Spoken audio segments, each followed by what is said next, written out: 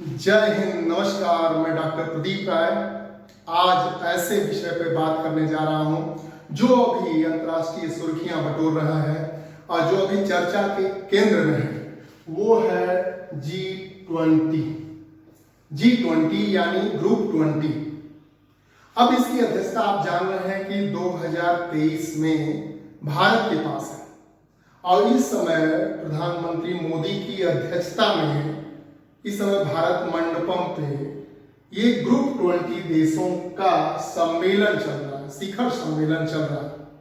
और हर शिखर सम्मेलन के बाद एक डिक्लेरेशन भी होता है और इस बार जो डिक्लेरेशन की बात चल रही है उसको दिल्ली डिक्लेरेशन के नाम से हम जानते हैं। दिल्ली डिक्लेरेशन के नाम से जानते हैं। खैर, अब हम ये जानेंगे कि ये ग्रुप 20 है क्या। ग्रुप 20 को जानने से पहले हम ग्रुप 7 को देखेंगे, G7 को देखेंगे कि ये G7 क्या है।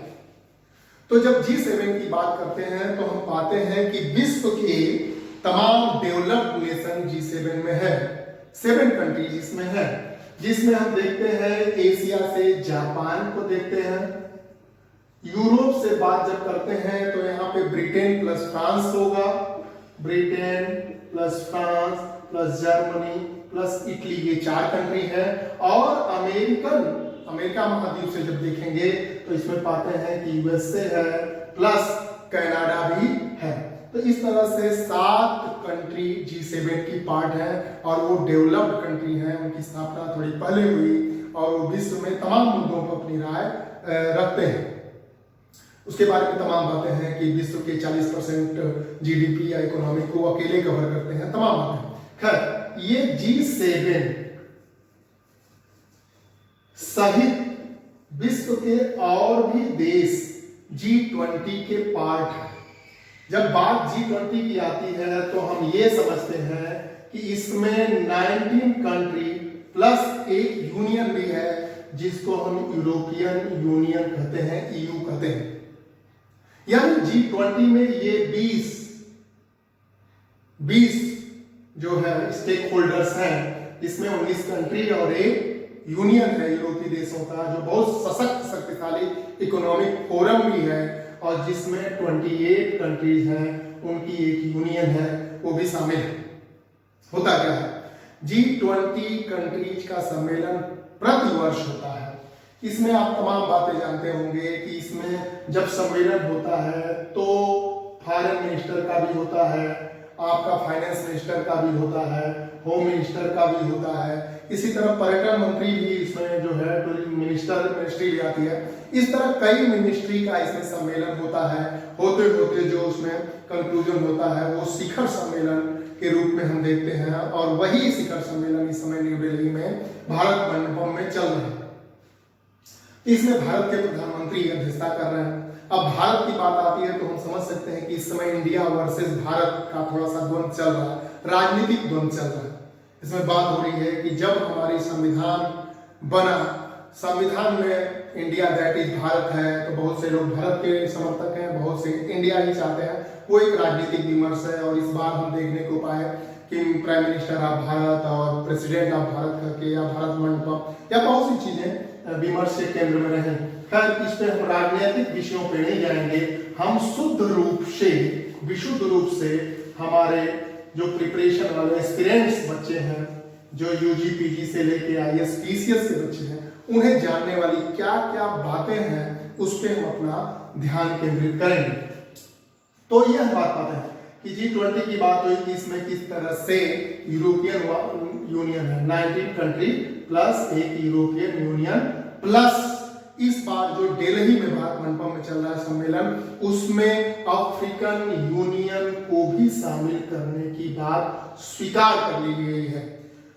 अब अफ्रीकन यूनियन क्या है, इसके बारे में थोड़ा सा जानने का प्रयास करते हैं। तो अफ्रीकन यूनियन ये है कि अफ्रीका के जो 55 कंट्रीज हैं, उनका एक संगठन है, एक यूनियन है। उस यूनियन के नुमाइंदे को भी अब G20 में स्थान मिलेगा और भविष्य में हम G20 के जगह पर G21 होता हुआ पाएंगे। और सबसे बड़ी बात है 2 दिन का सम्मेलन था। इसको 4 छोटे छोटे सेगमेंट में बांटा गया था। इसका हम जानते हैं कि one earth, one future, one family जो थीम है, वसुधैव कुटुंबकम G20 की जो थीम है, उसी थीम के अकॉर्डिंग इसके जो चारों इसके सेशंस हैं उसके भी नाम रखे गए थे, one future, one family, one earth etcetera, इस तरह की बातें थी। तो जो पहले दिन का यानी 9 सितंबर का जो पहला सेशन था, उसी में हम एयू को शामिल करने की बात कर दी। ये भी एक दिमाग की बात है कि किस तरह चाइना यूरोपियन यूनियन के जगह पर यूरोपियन यूनियन के साथ अफ्रीकन यूनियन की वकालत कर रहा था, और वो चाह रहा था कि चाइना की तरफ से ये प्रस्ताव आए ताकि पूरा श्रेय चाइना को जाए कि वो अफ्रीकन कंट्रीज का हिमायती है। लेकिन भारत ने पहले सेशन में मास्टर स्ट्रोक खेला और उन्होंने न कि प्रस्ताव रखा बल्कि इसको स्वीकारोक्ति के साथ, और किस तरह हम देखें कि मोदी जी किस तरह से वो घंटा बजा के और किस तरह से इसका ऐलान कर देते हैं। अफ्रीकन यूनियन के इसमें जो प्रेसिडेंट हैं वो आते हैं और कितना भावुक होते हैं, दोनों एक दूसरे को आलिंगन करते हैं।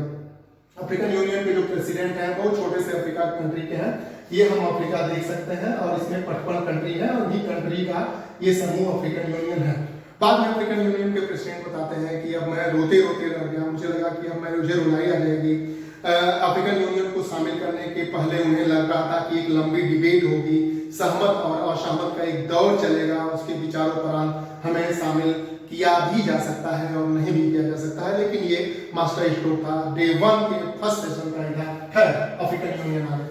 अफ्रीकन यूनियन आने के पहले हम जो एक धारणा हमारी थी कि G20 में विश्व के जीडीपी का 85% कवर करता है, या पूरी इकोनॉमी का हम 75 2/3 की बात बार बार चल रही थी, इस तरह की बातें चल रही थी कि इतना हम कवर करते हैं, यानी पूरा स्ट्रॉन्गेस्ट बॉडी G20 है।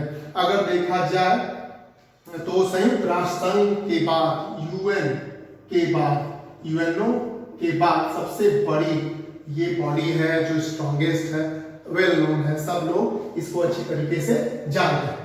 अब G21 होने के बाद इसकी ताकत और बढ़ेगी। अफ्रीका के कम से कम 6 कंट्री हैं जो मोस्ट ग्रोइंग कंट्रीज हैं, और अफ्रीकन यूनियन की अगर थोड़ी सी बात किया जाए जो 55 कंट्री है, उनकी कुल आबादी करीब 140 करोड़ बैठती है, जो भारत की आबादी है, और इसका आना मतलब एक ज्यादा बड़ी आबादी विश्व की कवर G21 के माध्यम से होगी। खैर, जो इसमें जानने लायक और जो बड़ी बातें थी उस पर थोड़ा सा हम ध्यान करते हैं। इसमें ग्लोबल साउथ की खूब बातें हुई कि जैसे कि धनाढ्य कंट्री थी या नॉर्थ की कंट्री थी या यूरोपियन और अमेरिकन कंट्री थी जिनका हेजीमोनी थी, दबदबा था। हम जान रहे थे कि यूनिपोलैरिटी अब आ गई थी, या बाइपोलैरिटी की जगह पूरा विश्व 2 ध्रुव में बट गया था, लेकिन अब मल्टीपोलैरिटी या बहुध्रुवी वैश्विक व्यवस्था की बात चल रही थी। अब जो न्यू वर्ल्ड ऑर्डर, एक शब्द खूब सुर्खियों में था, न्यू वर्ल्ड ऑर्डर की जो अभी नया वैश्विक व्यवस्था बनेगी, जो हम 45 से लेकर 90 के मध्य में एक वर्ल्ड ऑर्डर देखे थे, जिसमें हम यूएसए और यूएसएसआर 2 ध्रुव थे और जिनके बीच में कोल्ड वॉर चला, वो सब बातें। 90 के बाद भी हम एक देख रहे थे कि यूनिपोलैरिटी की स्थिति आ गई और अमेरिका की हेजीमोनी पूरे विश्व में व्याप्त थी। लेकिन अब न्यू वर्ल्ड ऑर्डर की बात चल रही है कि इसमें विश्व में जगह जगह पर कई पोलर होंगे, कई ध्रुव होंगे, और इस तरह से बहुध्रुवीय विश्व व्यवस्था की बात चलेगी। हम जब ग्लोबल साउथ की बात करते हैं तो इसको जितने तैयारी वाले बच्चे हो तो ध्यान से सुने, ग्लोबल साउथ है क्या। तो हम देखते हैं कि अगर नक्शे को नॉर्थ और साउथ में बांट दें तो हम पाते हैं कि उत्तर की कंट्री ज्यादा धनी है, ज्यादा विकसित है जीडीपी के स्तर पर, और दक्षिण की कंट्री अपेक्षाकृत गरीब है। तो ग्लोबल साउथ का प्रतिनिधित्व की एक तरह से देखा जाए तो परोक्ष लड़ाई है, इसमें भारत लीड करता हुआ दिख रहा है। चाइना भी ग्लोबल साउथ का लीडर बनने की बात करता है, और ये बात करके वह न सिर्फ अफ्रीका महाद्वीप बल्कि पूरा लैटिन अमेरिका यानी साउथ अमेरिकन इसको महाद्वीप को भी कवर करता है, और आसियान कंट्रीज को भी प्रभावित करता है। खाड़ी के देश जिन्हें हम कहते हैं कि मध्य पूर्व के राष्ट्र, तो उनको भी कवर करने की बात करता है। तो एक तरह से ग्लोबल साउथ कंट्री की लीडरशिप का भी ये बात चल रहा है। तो न्यू वर्ल्ड ऑर्डर के साथ इस समय सबसे बड़ा अगर कोई टर्म था तो वो था ग्लोबल साउथ। इसको ठीक से समझने की आपको जरूरत है कि ग्लोबल साउथ क्या है, उसके लीडरशिप के लिए भारत और चाइना क्या क्या कर रहे हैं, इसको भी जानने की जरूरत है। जो G20 सम्मेलन खत्म होने से पहले जो दिल्ली अकॉर्ड या दिल्ली डिक्लेरेशन हुआ, जो कहते हैं कि जिसमें अब तक का सफलतम डिक्लेरेशन हुआ, और बात हो रही है कि इसमें 72 ऐसे समझौते हुए जो पूरी तरह से पाइपलाइन से न होके पूरी तरह से मूर्त रूप लेंगे, और ये 72 समझौतों की बात इसमें खुलकर आई है। और ये भी है कि इससे पहले जो इंडोनेशिया के बाली में 2022 का ये सम्मेलन हुआ, उसमें मात्र 27 बल्कि 27-28 ही इस तरह के समझौते हो पाए थे फाइनलाइज। तो बाली से या उसके पहले जितने भी G20 के सम्मेलन हुए उसमें सबसे उभर के ये सफल सम्मेलन के रूप में आया है। जब इसकी सफलता की बात करते हैं तो एक चीज और मौजूद है, एक चीज और ध्यान में रखना है कि इस समय पूरे विश्व की व्यवस्था क्या चल रही है। तो वो हम जानते हैं कि अभी भी रूस और यूक्रेन का युद्ध चल रहा है, और इसी वजह से ये भी हम जानते हैं कि रूस के राष्ट्रपति व्लादिमीर पुतिन का आना संभव नहीं हो पाया। तमाम वजहों से उनके लिए गिरफ्तारी वारंट ऑर्डर इंटरनेशनल कोर्ट से हुआ है, तो उससे भी बच रहे हैं। और युद्ध की अपनी एक व्यस्तताएं भी हैं और डर भी है, उस भय के वातावरण उनका नहीं है। लेकिन उनकी जगह पे उनके सर्गेई लावरोव जो उनके विदेश मंत्री हैं उनका आना हुआ। उसी तरह चाइना भी तमाम वजहों से, हालांकि चाइना G20 का कभी भी इस तरह का समिट मिस नहीं किया है, एक बार शायद कोरोना काल में ही किया था, लेकिन उसकी अपना जियो स्ट्रेटेजिक पॉलिटिक्स या जियो पॉलिटिकल दूसरा रीजन है, या भारत पे दबाव बनाने की रणनीति उसकी हो सकती है, इस वजह से उसका नहीं आना हुआ। उसके पीछे तमाम रीजन है, तमाम तर्क भी दिए जा रहे हैं कि भारत में 7-8 महीने में चुनाव है, तो चुनावी रूप से भारत को कोई फायदा नहीं देना चाह रहा है। वो बॉर्डर पर टेंशन बढ़ाए रखना चाहता है, जिससे अपोजिशन को ये हमेशा बात रहे कि किस तरह चाइना इंक्रोचमेंट कर रहा है या हमारे में घुस रहा है। और चाइना की एक सलामी स्लाइस पॉलिटिक्स है, जिससे उस तरह से स्ट्रिंग ऑफ पर्ल्स और सलामी स्लाइस के बारे में दर्शक और भी जानने का प्रयास करेंगे कि है क्या। इस फोरम पे उसको हम डिटेल नहीं करेंगे। खैर, चाइना का जो भी रीजन रहा हो, ग्लोबल साउथ का उभरता हुआ भारत का लीडर बनने से रोकना, या भारत की इस G20 को चाइना की स्वीकारोक्ति से बचाना, या बहुत सफल हो भारत का ये G20 सम्मेलन, उस पर एक प्रश्न चिन्ह खड़ा करना, चाहे जो भी रीजन हो।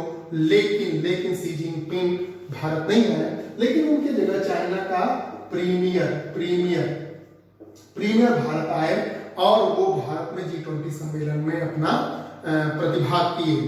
और प्रीमियर हम जानते हैं कि जिसे चाइना आजाद हुआ तो माओ से तुंग के साथ एक प्रीमियर भी बने, जो प्रधानमंत्री हम मान सकते हैं वहां के, जो चांग काई शेक थे, उन्हीं के जैसे इस समय जो प्रीमियर है उनका भारत आगमन हुआ।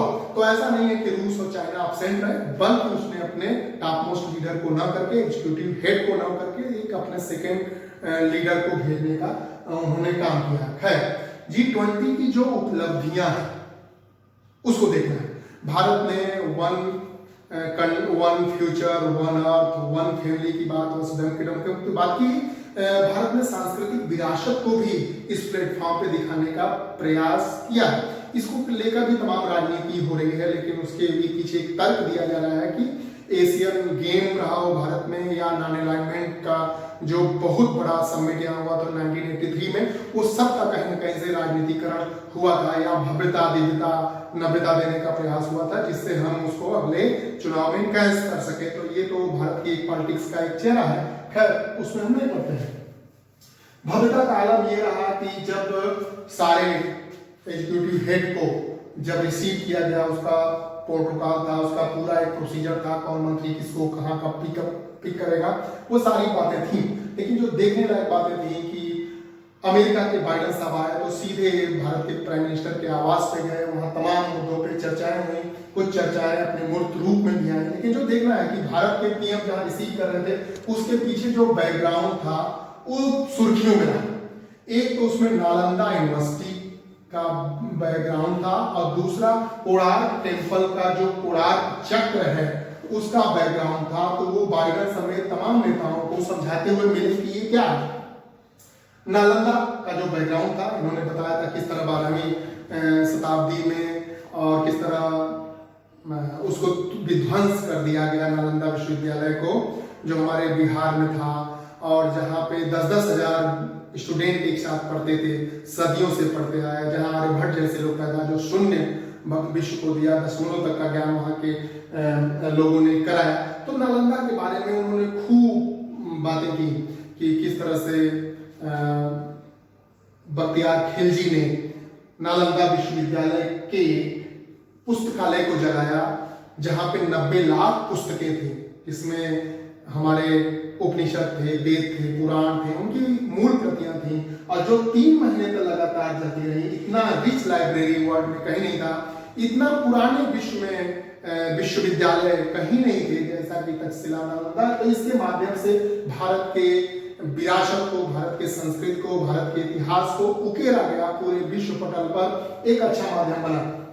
दूसरा, ये जो कोणार्क का जो हम चक्र की बात करते हैं, इसको भी बताया गया कि कोणार्क का सूर्य मंदिर है, वहाँ पे कैसे कैसे आकृतियां थी, उसमें क्या लिखा था, वो भी सब बातें हुई, वो कैसे विध्वंस हुई, वो कितने बार उस पर हमले हुए।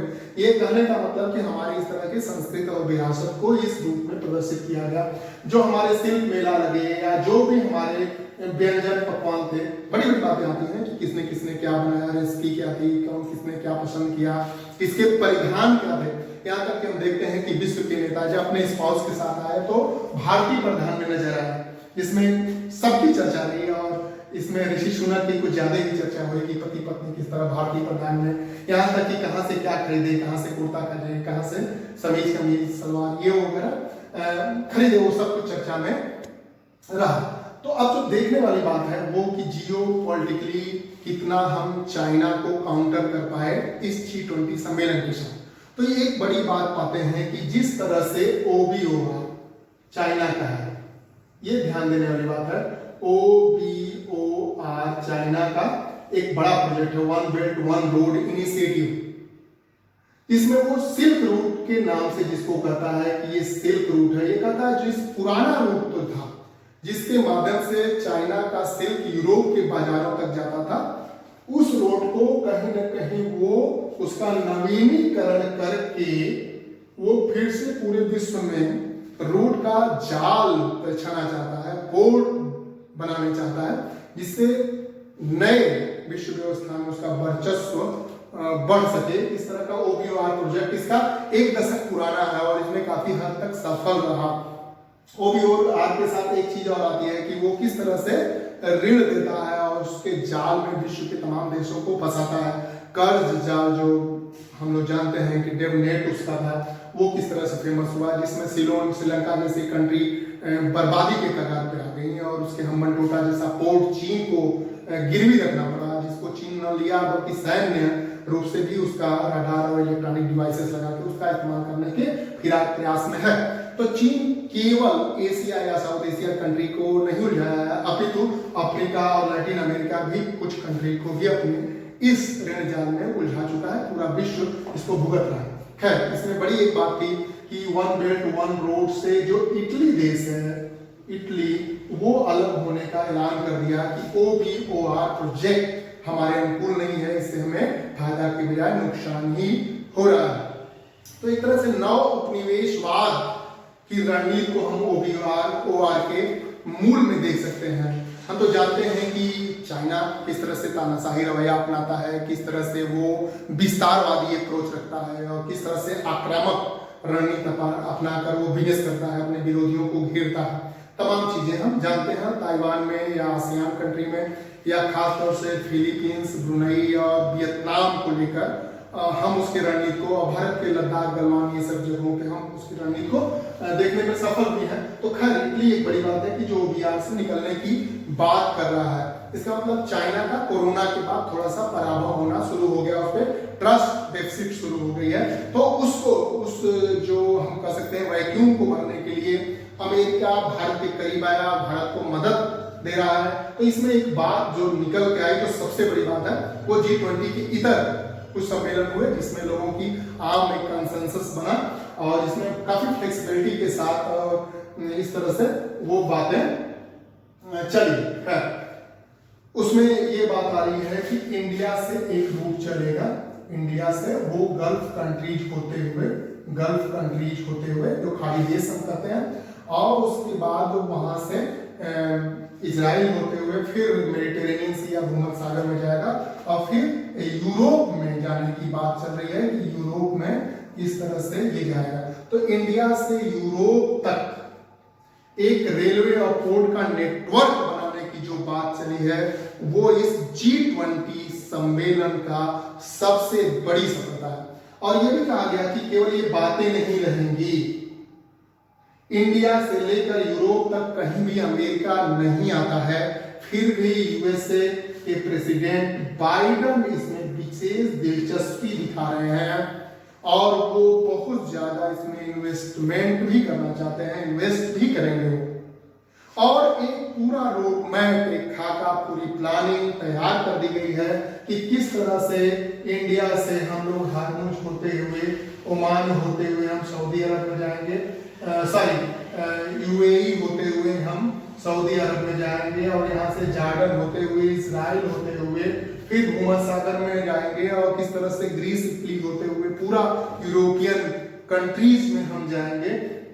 इसके पीछे एक मकसद है। जब हम यूरोपियन कंट्री तक जाएंगे तो हम जानते हैं कि बीच में जो अटलांटिक ओशियन है, उसको ये जो अटलांटिक ओशियन को पार करते हुए पोर्ट के थ्रू हम यूएसए भी जा सकते हैं, या नॉर्थ अमेरिका और साउथ अमेरिका महाद्वीप में भी हम इस तरह से बिजनेस व्यापार कर सकते हैं। तो कहीं न कहीं से भारत के सिल्क रूट या भारत का जो पुराना रूट था, जिसमें भारत सोने की चिड़िया बनी, कैसे कैसे विश्व के अन्य देशों में इन्होंने सामान का निर्यात किया, वहां से सोना लाया, और उस सोने की वजह से इसको सोना के चिड़िया का नाम दिया गया, उस रूट को खोलने की कहीं न कहीं से बात हो रही है। तो इसका मतलब कि OBR को काउंटर करने के लिए ये सबसे बड़ा प्लानिंग जो इंडिया से यूरोप तक रेलवे और पोर्ट का नेटवर्क बनाकर जाने की बात की जा रही है। अब इंडिया से यूरोप तक कैसे जाएंगे? इंडिया के गुजरात के पोर्ट हम यूज करेंगे या बॉम्बे के पोर्ट यूज करेंगे, और यहाँ से जो कंटेनर है, बड़े बड़े असाइनमेंट होगा, बड़े बड़े कंटेनर होंगे, वो जहाजों पे कहाँ जाएंगी? यूएई जाएंगी।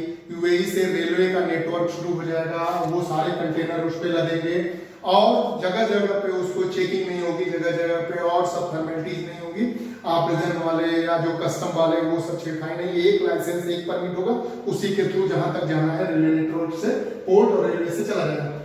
वहीं से हम सऊदी अरब जाएंगे, सऊदी अरब से हम बताया कि जॉर्डन, इजराइल होते हुए हम किस तरह से फिर शिप के माध्यम से मेडिटेरेनियन सी में जाएंगे, और वहां से जहां भी हमें बढ़ना है, ग्रीस, इटली होते हुए वहां तक हम चले जाएंगे। एक तरह से आवागमन, यातायात, परिवहन, लॉजिस्टिक्स ये सफल और सफल होगा। इसके लिए एक बड़ा master stroke Bharat, America, European countries और इजराइल, यूएई और सऊदी अरब ने मिलकर कर दिया। एक चीज और गौर करने वाली थी, अभी जो बहुत ज्यादा पाकिस्तान परेशान है, पाकिस्तान को तब से परेशान है जब हम चंद्रयान सफल कर लिए। खैर, अब पाकिस्तान को हम लोग टूल नहीं देते, अब हमारे सीधा हम चीन की तरफ देखते हैं, और चीन से प्रतिस्पर्धा करने के लिए हम इंटरनेशनल या ग्लोबल प्लेयर के तौर पर इमर्ज कर रहे हैं। पाकिस्तान जो कहता है वो ये कर रहा है कि देखिए किस तरह से इंडिया के प्राइम मिनिस्टर के बगल में एक तरफ यूएई और दूसरे तरफ सऊदी अरब के प्रीमियर या उसके प्रेसिडेंट या उसके अपेक्स बॉडी बैठी थी। तो ये बड़ी उसको पीड़ा देने वाली बातें हैं। इतना सफल प्रोग्राम रहा, ये सब हमारे जाहिर सी बात है जो भी अपोनेंट है चाइना और पाकिस्तान, उनके लिए पीड़ादायी होगा। तो ये सब बातें भी इसमें उभर के आई। लेकिन जो मैं बताया कि पोर्ट और रेलवे नेटवर्क की बात, और यही बात नहीं, यूएस के प्रेसिडेंट बाइडेन ने बोला है कि इसकी बहुत तेजी से समीक्षा होगी कि कितना बन चुका, रेलवे का नेटवर्क कितना बना, पोर्ट का नेटवर्क कितना बना।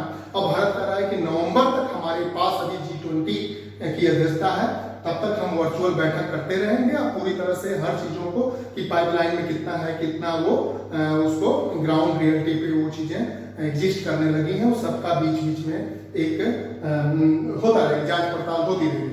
यूएसए ने चाइना के जो ट्रेड वार है इसके खिलाफ भारत को ऊपर करके और ये सब चीजें साधने का प्रयास किया है। भारत की भी एक उसमें सहमति है, कूटनीतिक सहमति है, और भारत भी भविष्य को देख रहा है और ये सब चीजें करने का प्रयास किया।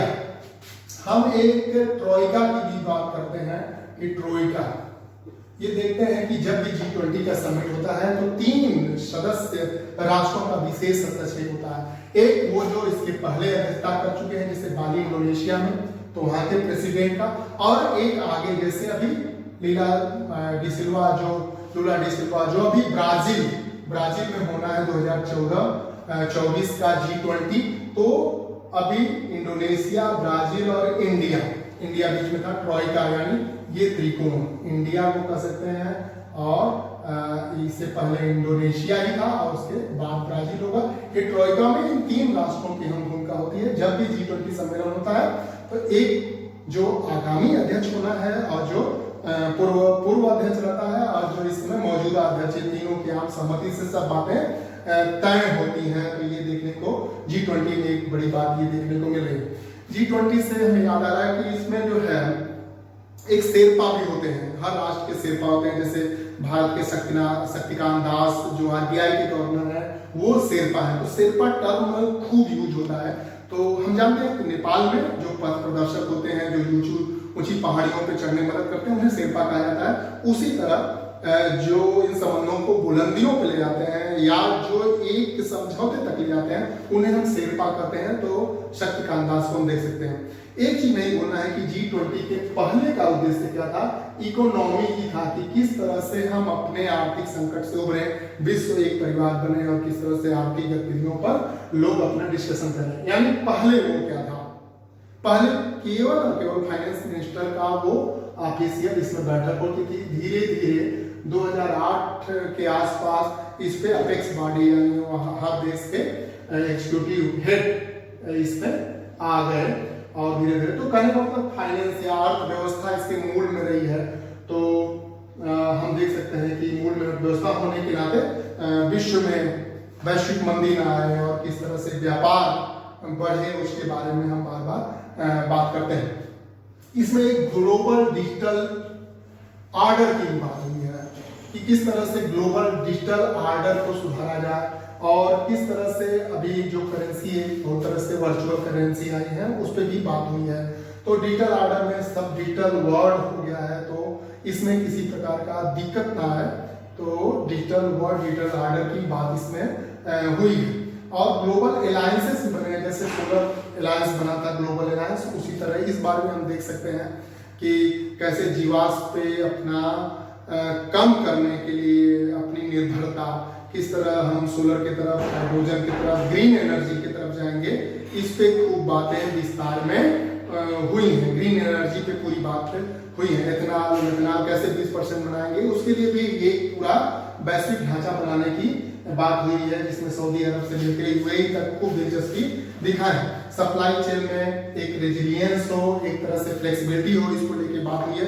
किस तरह कोरोना काल में दिक्कत हुई, किस तरह रूस यूक्रेन युद्ध में दिक्कत हुई और किस तरह से जो ग्रेन सप्लाई थी ब्लैक सी में, और जिस तरह से एक समझौता था वो रूस ने तोड़ा, उसकी वजह से विश्व पर कहीं ना कहीं प्रभाव पड़ा, उसको लेके बात हुई। जो रेजिलियंस की बात हुई है, रेजिलियंस, ये फ्लेक्सिबिलिटी की बात चल रही है कि आपस में फ्लेक्सिबल रह के हम किस तरह से अर्थव्यवस्था को और ज्यादा डेवलप कर सकते हैं। भारत ने तो यहाँ तक बोला कि जो हमारा चंद्रयान मिशन है उसमें जो भी तकनीकी सहायता होगी हम दूसरे देश को देंगे, या जो हमारी गणना होगा, जो डिटेल्स होंगे, उनको भी हम एक दूसरे से शेयर करेंगे। तो इस तरह की बहुत सी अच्छी अच्छी बातें G20 में हुई हैं। और जो 73 समझौते हुए और जो यहाँ न्यू दिल्ली डिक्लेरेशन, जो सफलता उसको मिली है, और डिक्लेरेशन जो पहले दिन ही हम दूसरे सत्र में डिक्लेरेशन को कामयाब हो गए। भारत जिस तरह से राजघाट पर, जिस तरह से गांधी जी के जो राजघाट है गांधी जी का, जहाँ पर पार्थिव शरीर रखी गई थी, वहाँ पे सारे कंट्रीज के हेड को ले जाकर अपने एक तरह से राष्ट्रपिता के प्रति एक तरह से अपना दिया है कि हम उसमें आस्था रखते हैं, सारा विश्व उसमें आस्था रखता है, उनके नीतियों और नियमों की तरफ चलेंगे। जो कुछ और बात होनी जो शेष रह गई, जिस पर थोड़ा सा इंडिकेशन हुआ, फ्रांस जैसे देशों ने कुछ बातें कही कि इंडिया को निश्चित तौर पर न्यूक्लियर सप्लायर ग्रुप का एक मेंबर होना चाहिए, NSG का मेंबर होना चाहिए। भारत जहां 140 करोड़ जनसंख्या रखता है, विश्व में 5वें नंबर की अर्थव्यवस्था रखता है, $4.25 बिलियन की जिसकी इकोनॉमी है, और इतना सब कुछ होने के बाद भी, न्यूक्लियर कैपेबिलिटी रखने के बाद भी 74 से लेकर 1998 में हम जानते हैं कि जिस तरह से पोखरण में हम परमाणु विस्फोट किए, न्यूक्लियर पावर हम बन गए हैं, उसके बाद भी NSG की सदस्यता नहीं मिली। फ्रांस ने खुले मन से और खुले मन से ये बात कही। एक बात जो थोड़ी दबी रह गई, जो हम डिक्लेरेशन में एक वर्ड डालने में सफल रहे, वो है कि यूएनओ, यूनाइटेड नेशन जो ऑर्गेनाइजेशन है यूएनओ, जो उसके सिक्योरिटी काउंसिल में परमानेंट मेंबरशिप की जो बात रखी है, 5 ही परमानेंट मेंबर है, जिसमें 3 G7 के भी सदस्य हैं। वो 5 मेंबर उस समय से हैं जब 1945 में ये यूएनओ का निर्माण हुआ। यूएनओ बना 1945 में, उसमें 51 राष्ट्र थे जो शुरुआत में इसके साथ सहयोगी थे।